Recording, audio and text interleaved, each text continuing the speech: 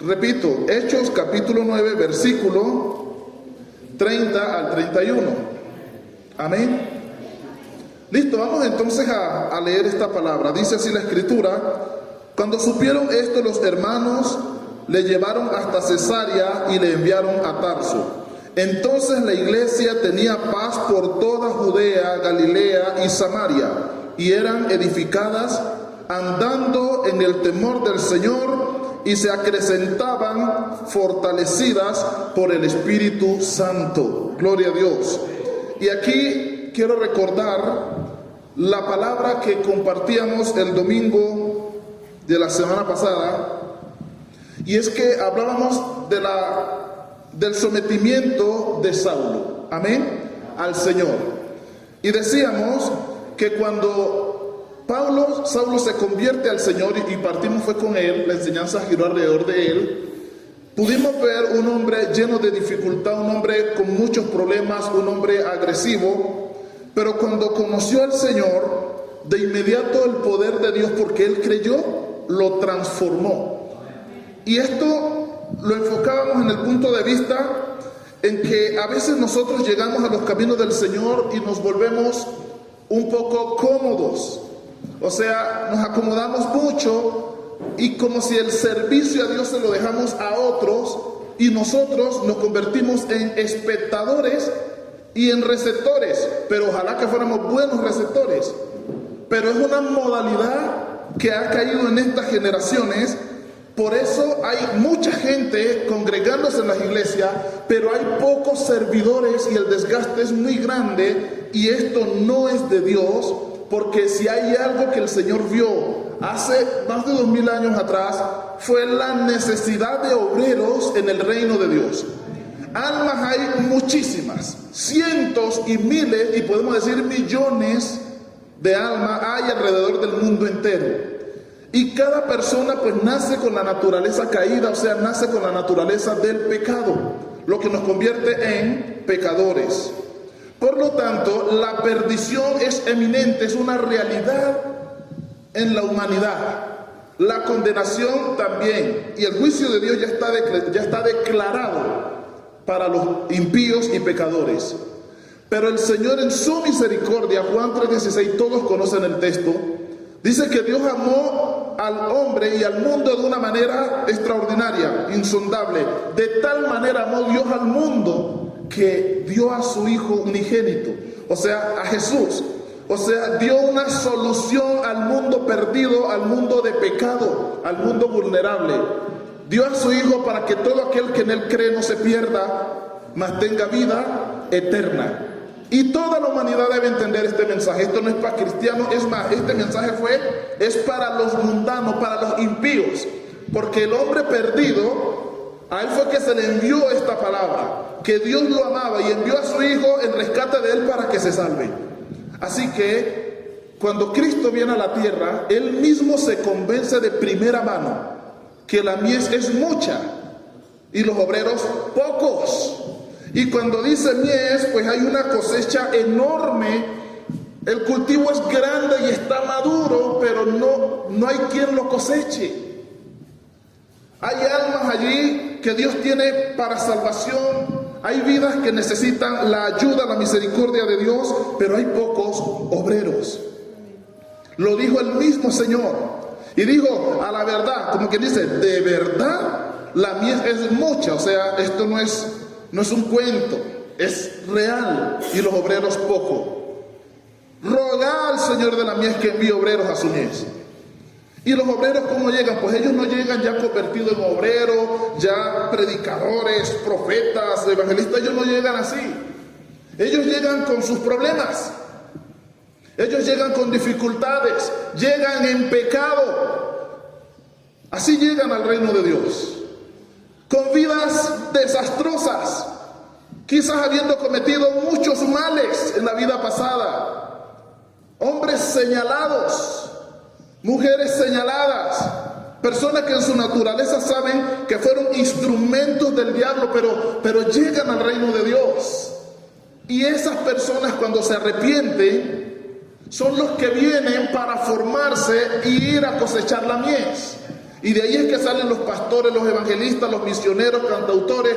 De ahí es que sale todo para la gloria de Dios. No sale de lo más santo, no sale de lo más puro, no sale de lo más justo. Es de allí, de publicanos y pecadores que llegan a los pies del Señor y se arrepienten. Y Dios en su misericordia los usa como sus siervos. Y tomamos a Pablo como ejemplo. Este hombre era un hombre perverso. Era un hombre terrible, un hombre duro, un hombre que causaba dolor y se alegraba en el sufrimiento de otros, en este caso de los cristianos. Y era un hombre firme, no le temblaba nada, implacable. Pero sabe una cosa, el día que el Señor lo trató, no llevaba mucho tiempo de haber recibido el trato del Señor. Y de inmediato él le dice al Señor en su primer encuentro con él: Señor, ¿quién eres? Y él le dice: yo Jesús. Y luego le dice: Señor, ¿qué quieres que yo haga? ¿Cuánto le tomó ponerse a disposición del Señor? Cuestiones de minutos. Y hoy nosotros, yo no sé qué nombre darle a las personas para no ofenderlas, pero no nos toma minutos, ni horas, ni días, ni años, sino a veces décadas para podernos disponer al servicio del Señor. Esto llámele sinvergüenzura, llámele lo que usted quiera ponerle, porque no hay una frase correcta para describir el comportamiento de las generaciones de hoy, que se volvieron muy receptoras. Y sí, creen en Dios, le creen al Señor, pero quieren sus bendiciones, quieren su benignidad, que Él sea bueno. Quieren que los guarde, que los proteja, si están enfermos que los sane, si hay mucha pobreza que los prospere. Quieren todas las bendiciones, la benignidad de Dios, pero no quieren, escuche bien, ser siervos del Señor. La gente se está restringiendo a sí misma de servir a Dios. Y sacamos un montón de cosas y de historias y bultos para justificarnos y decir que por esto es que no le servimos. Pues hermanos, lo que más impide servir a Dios es el pecado. Y si usted se ha consagrado al Señor y ha combatido el pecado y entregó su pecado a Jesús y Él se lo perdonó en la cruz, entonces no pongamos excusas para decir: es que esto me detiene para ser un buen siervo o una buena sierva del Señor.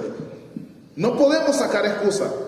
Qué bueno que dice la Biblia, pero ese alivio ya lo veremos es en la presencia de Dios. Porque para con Dios ningún ser humano puede ser justificado. Nadie puede justificarse delante de Dios, ninguna de sus acciones, para decir: Señor, es que por esta razón no, porque para todo Dios ha dejado una solución.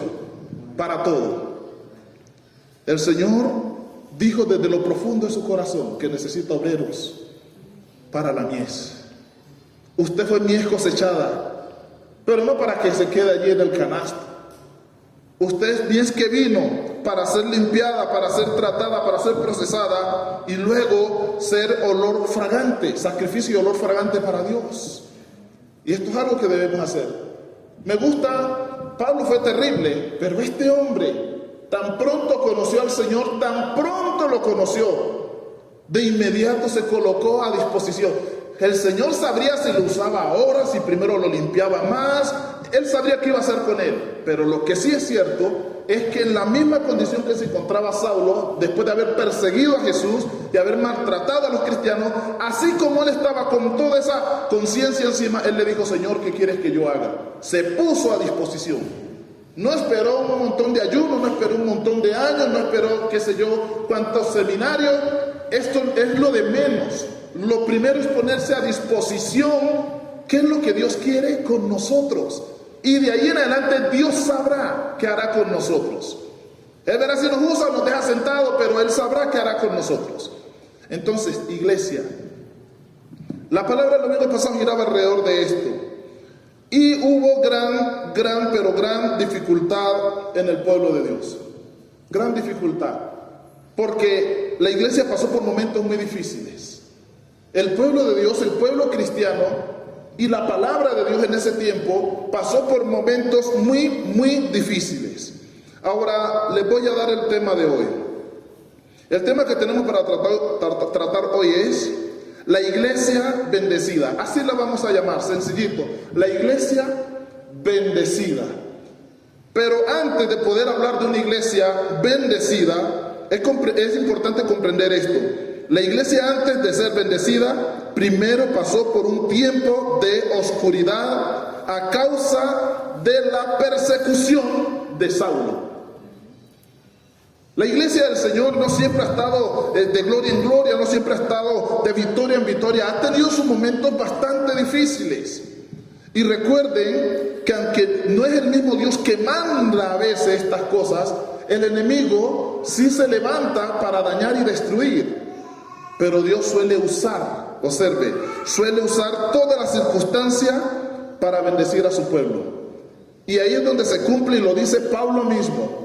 Y a los que aman a Dios, todas las cosas les ayudan. Y a los que aman a Dios, me ayudan allí, todas las cosas les ayudan. Esto es a los que conforme a su propósito son llamados. Eso dice la Escritura. Entonces, repito, la iglesia, o sea, los primeros cristianos pasaron por un tiempo de mucha oscuridad. Y cuando hablamos de oscuridad, estamos hablando de tinieblas, de tropezadero, de silencio, de angustia, bueno, de todo tipo de dificultad.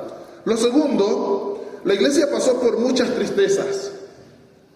Y esas tristezas no solamente las dejamos decir, no es que pasó por tristeza, por dolor profundo en su corazón a causa de la muerte de algunos hermanos y a causa de la opresión, observe, que vino a ellos por el mismo Saulo, llevando a algunos a la muerte y a otros los metió tras las rejas, o sea, encarcelándolos, atacando así el pueblo de Dios. Y dice la Biblia que él arrastraba a hombres y mujeres y los metía a la cárcel. Y esto pasó en la iglesia del Señor.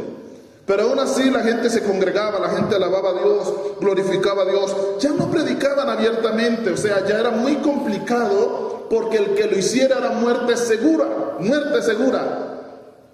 Pero ellos permanecían, mantenían su confianza en el Señor, aunque con algunos temores de lo que sucedía allí en Jerusalén. Ahora quiero decir lo siguiente: en medio de todo eso, también vino un tiempo de gracia. Y aquí es donde quiero entrar en detalle en estos versículos que acabamos de leer. La iglesia de Dios, por lo general, la que es de Dios, siempre va a pasar por momentos bastante difíciles. El problema es que a veces Satanás, en la misma iglesia de Dios, irrumpe, se mete, y si los hermanos no son sabios o no somos sabios para sacarlo del medio, él se mete y se queda. Y ya no es Dios el que gobierna, ya no es Dios el que se glorifica, ya no es Dios el que se mueve, sino la obra de Satanás, usando a personas endemoniadas, usando la carne, usando el ego, usando la vanidad, usando todo. Y así Satanás destruye la integridad de los creyentes, pero también destruye la iglesia del Señor. Así se mueve el diablo.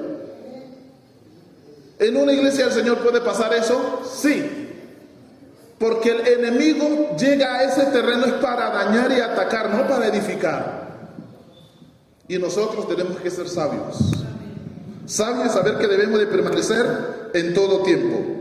Entonces, la iglesia pasa por esa situación y quiero que sepan que siempre, bíblicamente, que la iglesia del Señor pasó por ataques y pruebas difíciles, luego vino un tiempo de bendición para la iglesia. Porque dice Pedro, creo que es en Efesios, la carta a los Efesios dice: resistid al diablo y él huirá de vosotros. Resistid al diablo. O sea, cuando ustedes sientan que él se está moviendo en medio de sus vidas, en medio de la congregación, en medio de su familia, no dice que lo ignore, dice que lo resista. Y usted lo resiste es en la batalla, combatiendo, atacando, orando, declarando la palabra, diciendo: con Cristo soy más que vencedor, haciendo lo que hay que hacer. Y cuando el enemigo ve que él ataca, pero usted no se da por vencido, antes él descubre que cada que él ataca, usted se levanta con poder en una palabra. Dice la Biblia que él huirá, se va. Porque ¿quién va a estar donde no lo quieren? ¿Quién va a insistir donde no puede, donde no lo logra? O sea, eso nadie lo hace. Nosotros permanecemos donde tenemos comodidad, tranquilidad y posibilidades. El enemigo donde no tiene ni comodidad, ni tranquilidad, ni posibilidades, él no se queda. Por eso la palabra dice resistidlo y él huirá. No dice que huyamos, resístalo. Y algunos se debilitan en la fe y dicen, Señor, a veces siento que ya no puedo más. Oiga, quizás sí siente eso, pero fortalezcase, dice la palabra también en Efesios. Fortaleceos en el Señor y en el poder de su fuerza. Es válido que le diga, Señor, siento que ya no puedo, pero eso no quiere decir que nos vamos a ir en derrota, no quiere decir que nos vamos a rendir, porque podemos fortalecernos en el Señor. Si algo me tiene agobiado y siento que ya no puedo y que la cosa se me complica, al menos tomo un respiro diciendo, todo lo puedo en Cristo que me fortalece, y eso lo dice Filipenses 4:13, que no lo sabemos. Y aquí me quedo y sí puedo con Jesús, y con Él soy más que vencedor. Dios no pone pruebas que yo no pueda sobrellevar. Él dice que estará con nosotros todos los días hasta el fin, y con eso se fortalece usted hasta que pase la prueba, hasta que llegue el tiempo de refrigerio y veremos la gloria de Dios. Amén. Amados hermanos de aquí de la iglesia de Filadelfia, los bendigo en el nombre del Señor. Amén. Y quiero que sepan que acá, no hablo de toda la vida ministerial, porque en cada lugar donde vamos y ministramos es una historia distinta, pero todos los lugares donde hemos ido hemos visto desde nuestra posición cristiana como la posición de otros, que la iglesia del Señor siempre pasa por violencia, por momentos difíciles, por momentos tenebrosos, por momentos de desolación, duros, momentos muy duros. Gente va, gente viene. Pero quiero que sepan que todos esos lugares, los que son de Dios y permanecen, después ven la gloria de Dios. Amén. Y todos esos lugares que son así atacados, créanme que es porque el diablo teme de lo que Dios va a hacer por medio de ellos. Él quiere frustrar la mente de los ministros y de los siervos y siervas de Dios. Él quiere dejar un mensaje que diga, no se puede. Él quiere dejar un mensaje que se diga, ustedes están perdiendo el tiempo, Dios no los oye. Él quiere que usted sienta que está solo, que no lo va a lograr, y se encarga de trabajar en esa dirección para bajarnos la nota, para bajarnos el ánimo. Pero hay que comprender que lo que es de Dios siempre sufre violencia, porque hay un enemigo. De otro modo no existiría el conflicto entre el bien y el mal, pero lo hay, es real. Entonces, así como el reino de Satanás es violentado porque el poder de Dios lo quebranta, también el reino de Dios es violentado porque el reino de las tinieblas lo ataca. Y nosotros, bíblicamente, somos los hijos del reino, los hijos de la luz, dice la palabra de Dios. Por lo tanto, la violencia del reino de las tinieblas es contra la iglesia de Jesucristo. Y así ha sido siempre. Así que, iglesia, fuimos llamados a permanecer. Y esto lo decíamos el domingo pasado, fuimos llamados a movernos en el poder de Dios, en la gracia de Dios, confiando y creyendo. Aquí hay algo poderoso. La iglesia pasó por momentos crudos, fue una iglesia perseguida, ya no había muchos predicadores en las calles, ahí en Jerusalén. La situación era bien complicada. Pablo se había encargado de establecer una gran tiniebla alrededor del pueblo de Dios.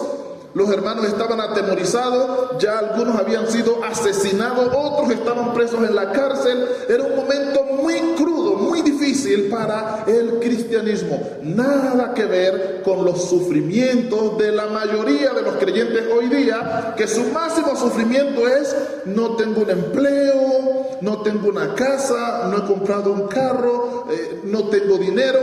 Ese es el sufrimiento extremo de muchos hoy día. Eso no es, mire, esto no es ni siquiera sufrimiento del reino de Dios. Esas son cosas cotidianas de la vida. Le pasa a usted, creyente, y al no creyente. Amén. Pero a veces decimos, por esas cosas, que estamos pasando una gran prueba en el evangelio. Pero gloria a Dios, eso no es ninguna prueba de evangelio. Son cosas cotidianas que suceden a lo largo de la historia a creyentes y no creyentes. Pruebas que vienen y que sí tienen que ver con el evangelio, y que dice uno, por causa de Cristo estoy padeciendo, cuando hay una persecución directa, un ataque de Satanás a la congregación. Eso sí es un ataque. Ahí sí usted dice, estoy soportando, estoy permaneciendo, Señor, ayúdame. Ahí sí. De lo contrario, No le vengamos a dar lo del César a Dios, porque no es así. Amén. No es así.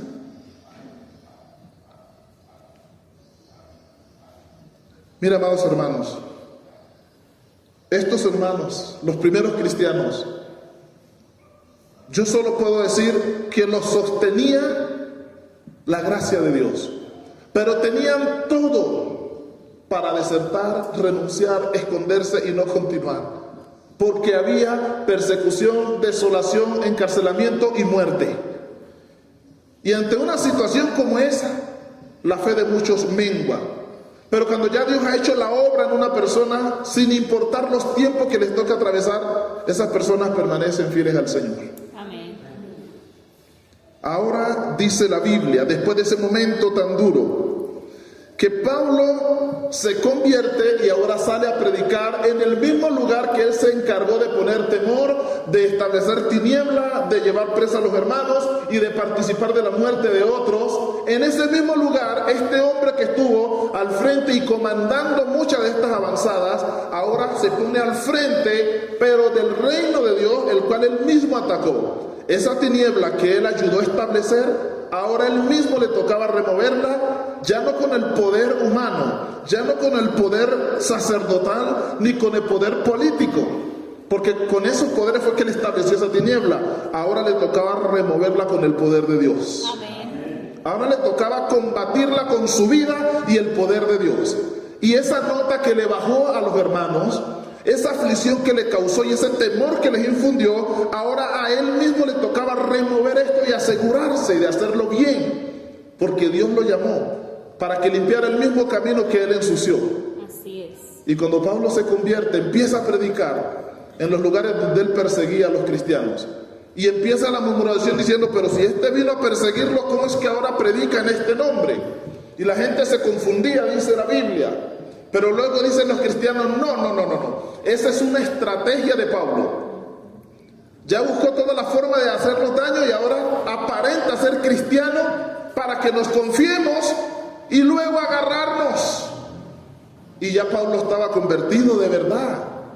Ya era un hombre de Dios. Predicaba con poder, con toda autoridad, porque él tuvo un encuentro con el Señor. Él sabía de lo que hablaba, y lo hablaba con su espíritu, con su alma, con su fuerza, con sus emociones, con todo. No había, ni la muerte podía detener el testimonio de Pablo, porque él tuvo un encuentro con el Señor. Amén. Y esta gente así tiene poder en lo que ministra. Y ¿sabe una cosa, hermanos?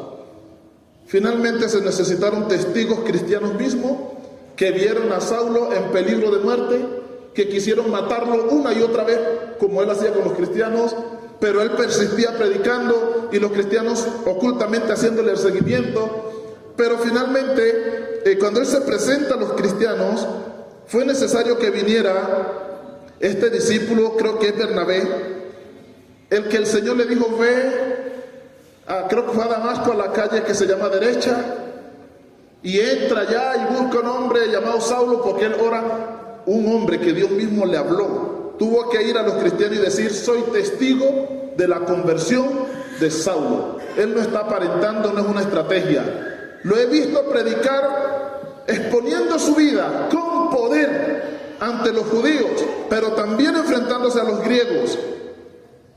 Y lo hace rigurosamente en el nombre del Señor. Y no se detiene. Y cuando los hermanos escucharon esto, creyeron en la conversión de Saulo al cristianismo.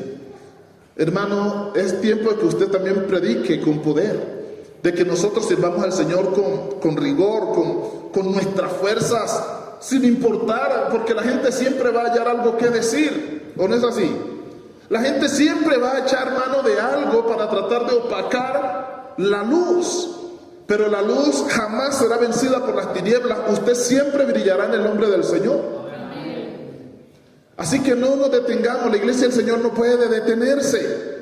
Mujeres, hombres que hay aquí, no podemos detenernos después de haber conocido el testimonio de Jesucristo. Claro que nos detenemos porque pues, esas son decisiones que nosotros tomamos, pero el reino de Dios, según nos ha sido presentado, los hombres de Dios no deben detenerse, las mujeres de Dios no deben detenerse, siempre deben marchar hacia adelante.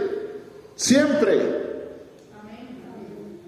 Es que soy débil. ¿Qué dice la Biblia? Diga el débil, fuerte soy. Pero oiga, declárese en victoria y no en derrota. Amén. Y después que ya pasa la persecución, que se convierte Saulo y enfrentó a los enemigos de la fe, ahí donde él los había apoyado, y fue y se presentó a los hermanos y les dijo: oiga, ya no soy un opositor, ya no soy el asesino, ya no soy el que los arrastra a la cárcel, lo hice, pero por favor créanme, soy de ustedes, soy de los vuestros, conocí a Jesús. Y ellos estaban así como que no le creemos, hasta que un hombre de Dios, el cual respetaban, dijo: sí es de los nuestros. Entonces dijeron: alabado sea el Señor. O sea, la iglesia se llenó de una paz impresionante.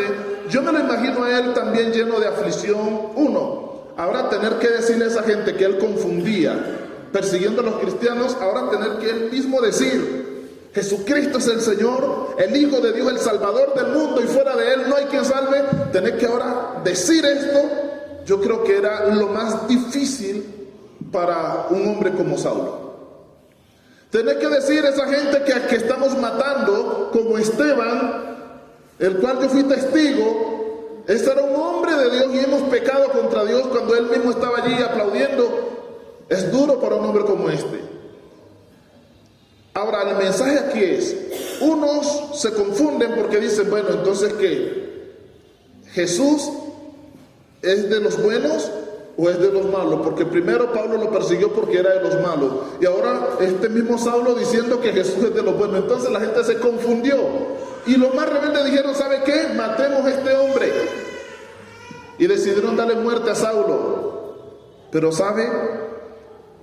Dios no lo tenía para muerte, lo tenía para vida. Amén. Lo tenía para que predicara, para que sirviera, para que destruyera las tinieblas del diablo.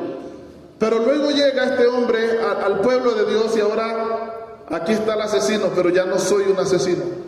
Ahí está el que persigue, el instrumento del diablo. No, ya no soy un instrumento del diablo, el Señor me transformó.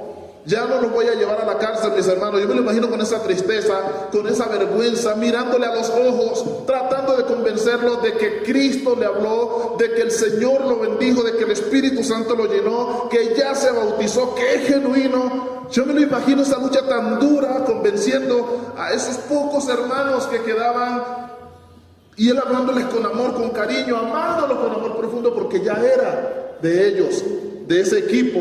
Pero los hermanos no tenían ninguna garantía. Fue duro para Saulo. Pero ¿sabe? Lo importante aquí es que este hombre combatió con todas sus fuerzas. Y después que resolvió el problema ahí en Jerusalén y lo resolvió con los cristianos, se consagró de una manera profunda al llamado, y nunca, observen, nunca desistió a su llamado. Pasó por todas las pruebas que lo pueden desanimar a uno y sentar, pero él no se sentó. Cárceles. Una vez leía yo por allá en el libro de los Hechos, en una gira misionera, y dice que porque predicó con poder, creo que estaba allá con Bernabé, y la gente se gozó tanto de verlo, cómo predicaba y cómo se movía el poder de Dios. Dijeron: no, al uno lo vamos a llamar Júpiter y al otro Mercurio, y quisieron adorarlos, porque lo hacían tan bien para la gloria de Dios. Y como se opusieron a la adoración, entonces les invirtieron la carta. Entonces les dieron piedra hasta dejarlos por muertos, y los botaron fuera de la ciudad como muertos.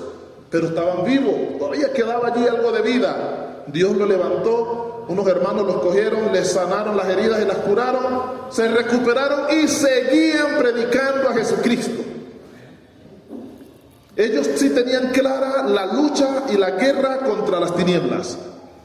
Y ellos sabían que ellos daban duro, atacaban, ganaban alma, pero también les iba a entrar de vez en cuando un ataque. Cuando los metían a la cárcel, cuando le daban piedra, cuando los atacaban, cuando los injuriaban, cuando decían mentiras. Ellos tenían que soportar todas estas cosas. Pero ellos también conquistaban en ese reino para la gloria de Dios. Es que las cosas van y vienen también. Pero recuerde, es más poderoso el que está en nosotros. Amén. Que el que está en el mundo. Sí, y esas almas rebeldes, perdidas, difíciles, como lo fueron ustedes algún día y como lo fui yo, esas almas así complicadas necesitan del amor de Dios. Amén. Y alguien valiente, hombre o mujer, tiene que decirles que Dios les ama, y que tienen que arrepentirse. Hombres muy complicados, después que recibieron el poder de Dios, se convirtieron en los hombres más poderosos en el reino de Dios. Dos ejemplos grandes, el uno fue Saulo y el otro fue Pedro. Pedro, un hombre bastante difícil, pero mire que cómo Dios usó al apóstol Pedro. Y así usó a otros, pero estos hombres se destacaron por la fe. Así que no diga no se puede, diga sí se puede, porque con Cristo somos más que vencedores. ¡Qué vencedores! Así que sus emociones, sus argumentos, esa alma que se contaminó y ese espíritu allí opaco, por favor, libérese. Libérese, que eso vino el Señor a hacer, a dar libertad a los cautivos, a sacar de la cárcel a los que el diablo encerró allá y a traer gozo y alegría en vez de ceniza y de aflicción. Él vino a quitar el luto. Amén. Muchos guardan luto en su corazón, pero no lo dicen a nadie. Luto, no porque le haya muerto alguien, sino porque me ha ido mal, guardo ese luto y llevan más de 30 lutos allá guardados y ese luto no los deja brillar, no los deja vivir, no los deja soñar, no los deja aspirar, no los deja avanzar. Y el Señor ha venido a romper con eso. Amén. Ha venido a romper con eso. Si somos pecadores, ¿qué tenemos que hacer? Reconocerlo y decir como el hijo pródigo. ¿Cuáles fueron sus palabras? Padre. Eso es duro también, ¿no? Porque usted sabe que después de uno andar con el pecho bien elevado y fallar, eso acaba con el ego, acaba con el orgullo. Es mejor no haber sido nadie y llegar alguna vez a solicitar bendición, que habiéndolo sido y quedar en nada y volver a dar la cara. Pero los momentos más difíciles que puede pasar una persona están registrados en la Biblia como el hijo pródigo. Rebeldemente acabó con todo. Se fue orgullosamente a vivir como los grandes ricos, dice la Biblia. Ya usted se lo puede imaginar en los mejores hoteles, rodeado de muchísimas mujeres, porque a esto le apunta al hombre cuando tiene mucho dinero. Si no, miren a Salomón cuando Dios lo llenó de gloria. ¿Y cuál Salomón? En estas generaciones, ¿cierto? Muchos hombres que no temen a Dios, nomás es que tengan forma, y lo primero que se rodean son de muchas mujeres. Bueno, no se rodean, no, ellas lo rodean también, porque hay que reconocer que ellas también olfatean esas cosas y bueno, y se desvían. Y dice la Biblia que malgastó todo su dinero por allá. ¿Viviendo cómo? ¿Cuál es la frase que usa la Biblia? Viviendo perdidamente, perdidamente. Y cuando hubo malgastado todo, quiso volver a trabajar y ya no le iba bien en los trabajos, al punto de llegar a apacentar cerdos.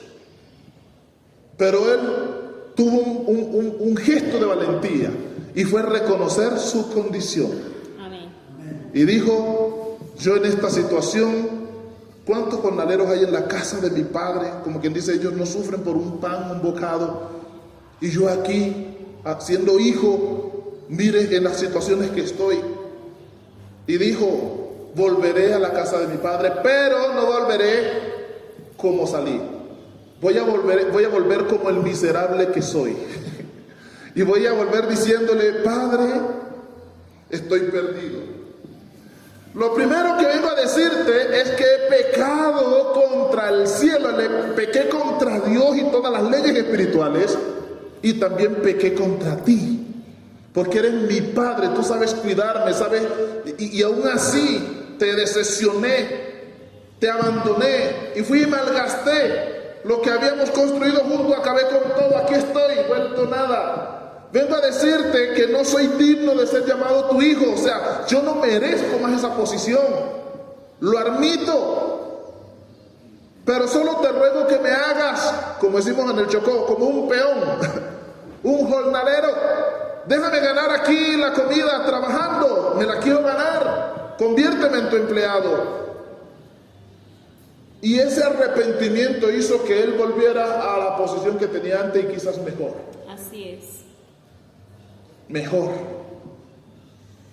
Así que tampoco nos escudemos por ese lado para vivir vestidos de lutos, dejando pasar la gloria y los tiempos de Dios porque decimos hoy no, mañana sí, mañana repetimos lo mismo y cuando venimos a mirar ya no queda nada en nosotros.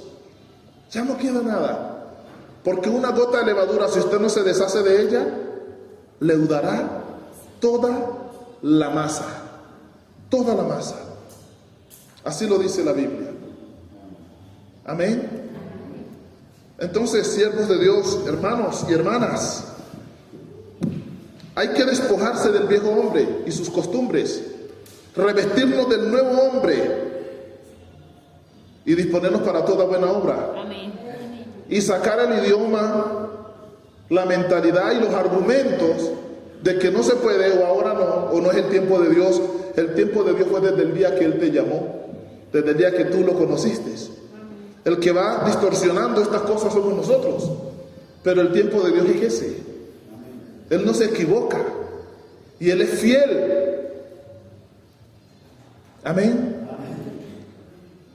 Y después que pasa todo esto, entonces viene este tiempo de gracia, el verso 31, porque ya expliqué profundamente el versículo 30. Entonces, mire, después de que Saulo arregla las cosas predicando de Jesucristo y presentándose a los hermanos, y ellos lo sacan de ahí y lo mandan a otro lugar, dice, entonces la iglesia tenía paz. ¿Qué tenía la iglesia? Paz. O sea, la iglesia atormentada, la iglesia que vivía en oscuridad, la iglesia que estaba oprimida, la iglesia que tenía profundo dolor, con personas encarceladas y otros que ya habían muerto. Ahora la iglesia, dice, entonces la iglesia tenía paz. O sea, no era una, sino todas las que habían en esos lugares, por toda Judea, Galilea y Samaria, y eran edificadas andando en el temor del Señor. Y ahí hay una comita. La iglesia eran como edificadas. Cada iglesia debe ser edificada, andando en el temor del Señor. Amén. Una de las cosas que se ha perdido, porque el mundo va llevando esta tendencia y el pueblo de Dios cae en esto, es que el temor de Dios se vaya. Puede quedar el conocimiento, pueden quedar las costumbres, puede quedar el lenguaje, pero eso no significa que quede el temor. Y todo esto sin temor, lo único que nos convierte es en personas envanecidas, dice la Biblia. Envanecidos y vacíos. Pero la iglesia aquí crecía,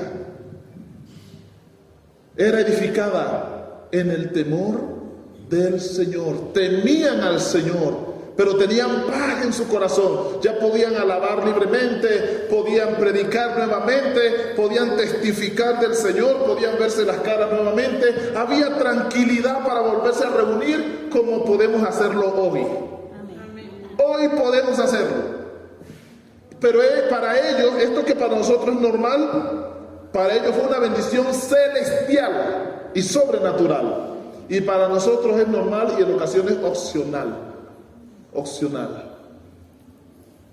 Esto no muestra un crecimiento en esta generación, esto muestra un deterioro, un retroceso en esta generación.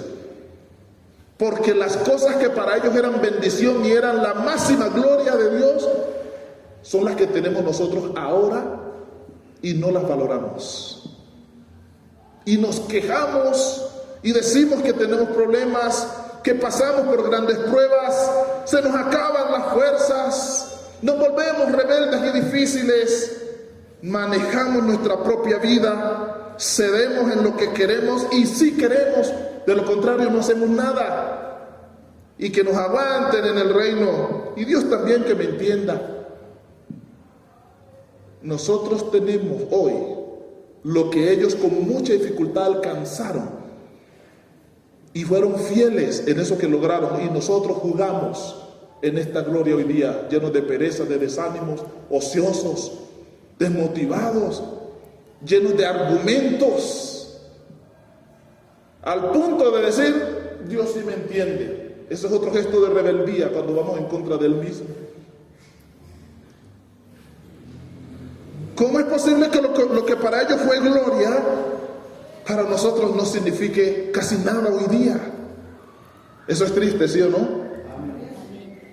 Pero la iglesia tenía paz y estaban edificados. ¿Qué es edificar? Se construían, se animaban, se motivaban, pero dicen en el temor del Señor.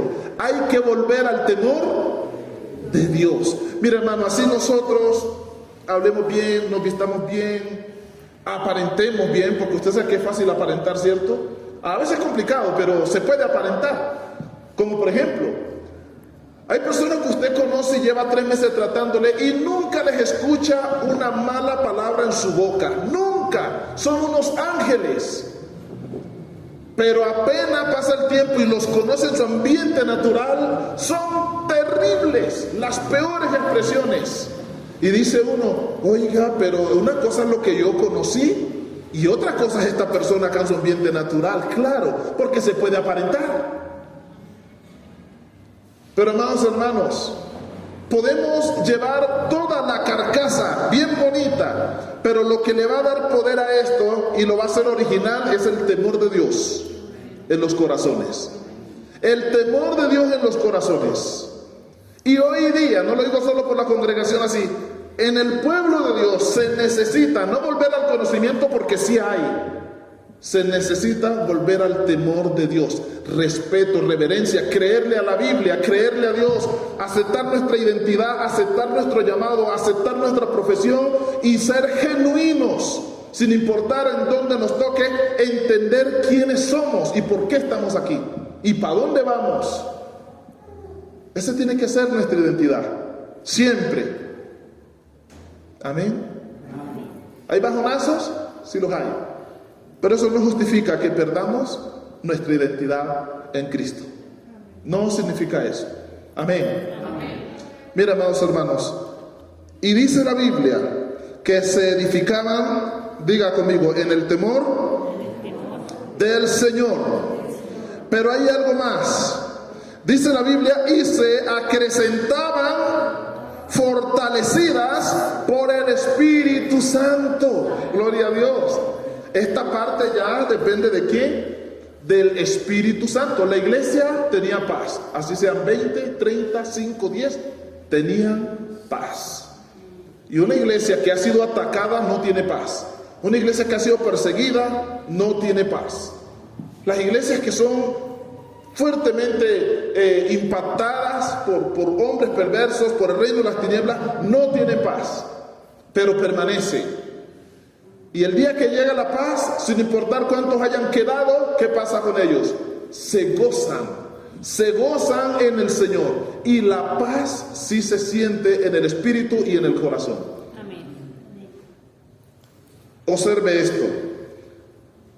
¿Tenían paz? ¿Cuál era el otro paso? Permanecían en el temor de Dios. Se edificaban, se iban construyendo. Y lo cuarto, dice que se acrecentaban fortalecidas, o sea, robustecidas, podríamos decirlo, por el poder del Espíritu Santo. Así que esta parte ya la hacía el Espíritu Santo, los hacía fuertes, los hacía poderosos, les daba vigor, fuerza, mejor dicho, estaban listos. Y dice que se acrecentaban, o sea que las iglesias seguían creciendo. En los versículos anteriores no se habla de un crecimiento, se habla de una devastación, de una desolación. Había un combate, primero de las tinieblas contra el reino de Dios, y luego vemos el combate del reino de Dios hacia las tinieblas por el mismo Pablo. Y luego que esta batalla es librada, entonces llegó un tiempo de refrigerio. Por eso el tema lo he llamado la iglesia bendecida. En este punto ahora la iglesia está como bendecida. Y ahí no se está hablando ni de dinero, ni de esmeralda, ni de buena mercancía, ni nada de esas cosas. Ni de toneladas de comida, container, no se está hablando de eso, que es lo que hoy se tiene como bendición. No tenían nada de eso, pero dice que estaban en un momento de gracia y refrigerio. ¿Por qué? Porque podían tener sus tiempos con Dios con libertad. Podían declarar su fe con libertad. podían verse a los ojos con libertad, podían compartir entre ellos y predicar con libertad. Y ellos predicaban y dice, y la iglesia seguía creciendo y podían hablar entre ellos y edificarse y fortalecerse, y el temor iba creciendo en los corazones porque el uno reprendía al otro, el otro le enseñaba al otro, el otro exhortaba al otro, y ahí íbamos fortaleciendo, dice la Biblia, iba creciendo la iglesia. Y viene el Espíritu Santo y dice, bueno, y ahora los voy a volver robustos, ahora voy a hacerlos fuertes, se van los temores. Ahora les doy libertad porque ya tenían gozo, tenían paz. Y bíblicamente dice allí que empezaban estas iglesias a crecer. Y ahí estaban viendo la gloria de Dios. Mira, si tú sientes que en tu casa no están pasando las mejores maravillas, pero cuando vienes a la comunión de los santos tú ves la gloria de Dios, declárate en victoria. Porque lo que pasa a veces en nuestra casa no tiene que determinar el futuro y la condición de mi relación con Dios y mi fe. Porque a veces no tenemos en la casa lo que queremos y anhelamos, pero eso no puede ser el diagnóstico para determinar el reino de Dios. ¿Sí me está entendiendo? Pero a veces no somos maduros y mezclamos las cosas. Y porque algo salió mal en un área, entonces ya todo está mal, y no es así. No es así, amados hermanos. Tenemos que declararnos en victoria. Y usted hoy tiene, por la gracia de Dios, lo que recibieron los hermanos allá. Usted tiene paz, usted tiene libertad, tiene salud, puede congregarse, puede predicar si quiere y no lo hace. Puede servir, puede compartir con los demás hermanos, puede exhortarlos, puede edificarlos. Amén. Hoy tenemos esto. Estamos en bendición, pero el corazón se ha endurecido tanto y hemos perdido la sensibilidad que aunque Dios derrama de su gloria y de su poder, seguimos esperando no sé qué cosa, porque lo que Dios ha de hacer entre nosotros lo está haciendo. Lo está haciendo. Amén. Amada iglesia, Hechos capítulo 6, versículo 7. Ese es el tercer versículo que les dije que íbamos a leer.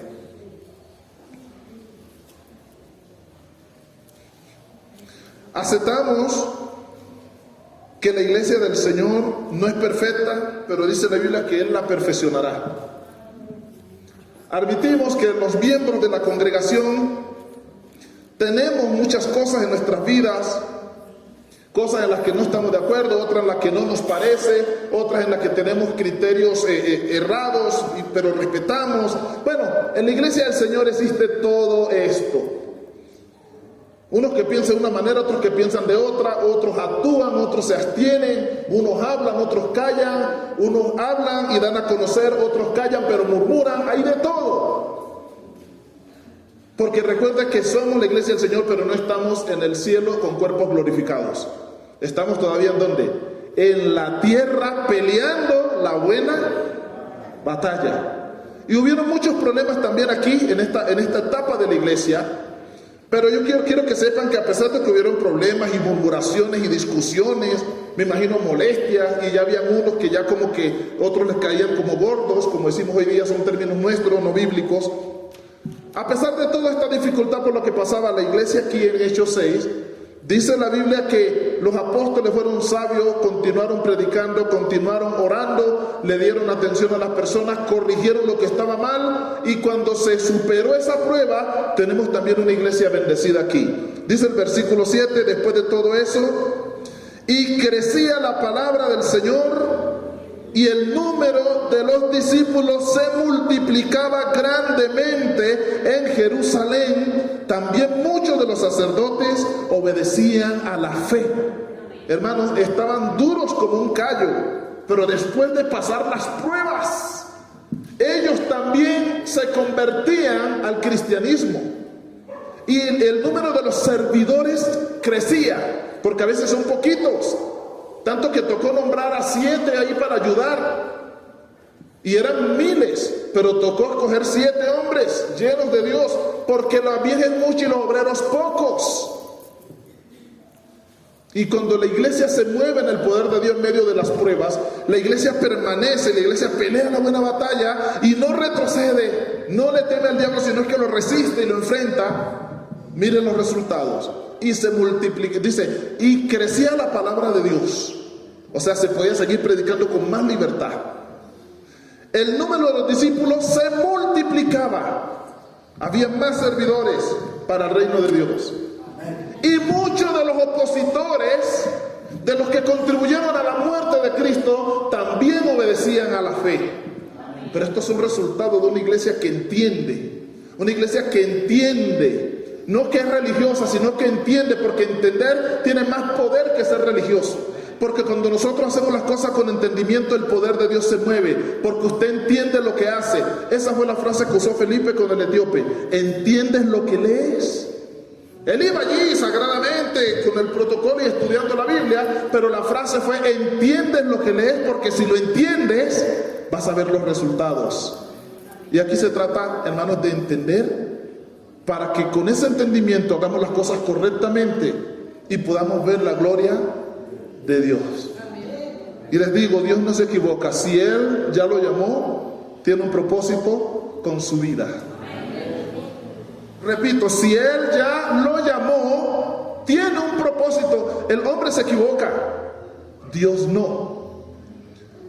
El caso es que a veces Dios nos llama, pero la obra no ha sido terminada.